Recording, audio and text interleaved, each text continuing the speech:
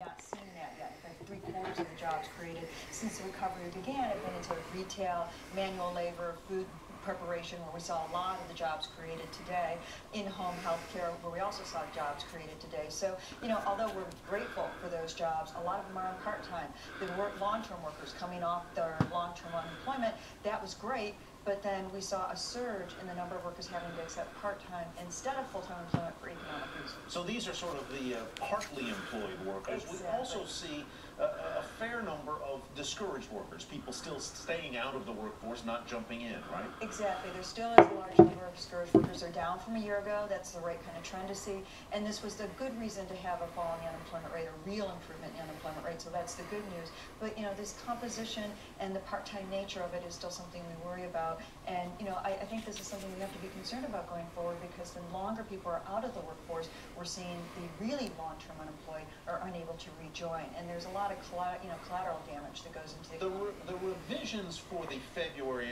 March and February numbers were significant, 114,000. Unbelievable. I have a month over 300,000. I mean, hallelujah. I don't mean to nerd out here, but how do you miss 114,000 people? Especially when a lot of them work for the government. I mean, I'm sorry, that is really hard. And, it really gets to the issue of how much of a margin of error we're dealing with here with these jobs numbers.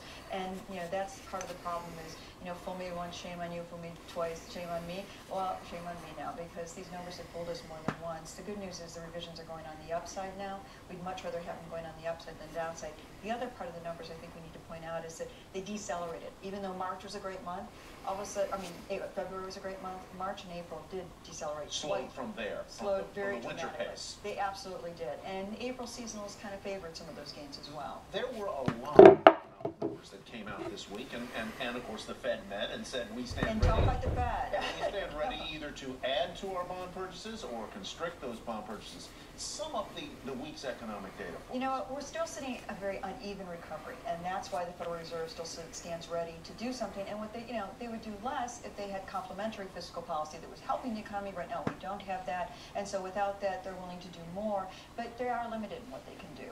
And they're starting to discuss that. They're being effective at what they're doing. That said, they're going to keep the pedal to the metal right through June and right through the summer. I think we're going to see this Federal Reserve with low interest rates for a very long time to come. The job numbers that we came out today, let's circle back to where we began. Give it a final grade. Is it an A? Is it a B+? Is it a B? What is it? It's probably a B, which is better than we've been. We've been in sort of a C minus economy, but I never got a B when I was in school. Diane, thank you very much. Great to have you in the studio tonight for us. Thanks. Susie, out to you. Thanks a lot. So let's turn now to Super Mario Gabelli. Mario, you're a value investor. Is it getting harder for you to find value in a market like this? Well, we constantly look at annual reports, visit a lot of companies, and there's always something happening, particularly in the small and mid-sized cap companies. So it's exciting, it's good times, deals, mergers, financial engineering. Well, by contrast, you're here in Omaha because of Warren Buffett's Berkshire Hathaway annual shareholders meeting, and this is a huge company. Actually, just a short while ago, they reported their earnings.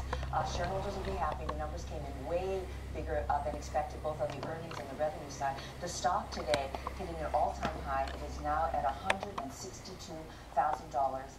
It's up 21% so far here today. Would you tell investors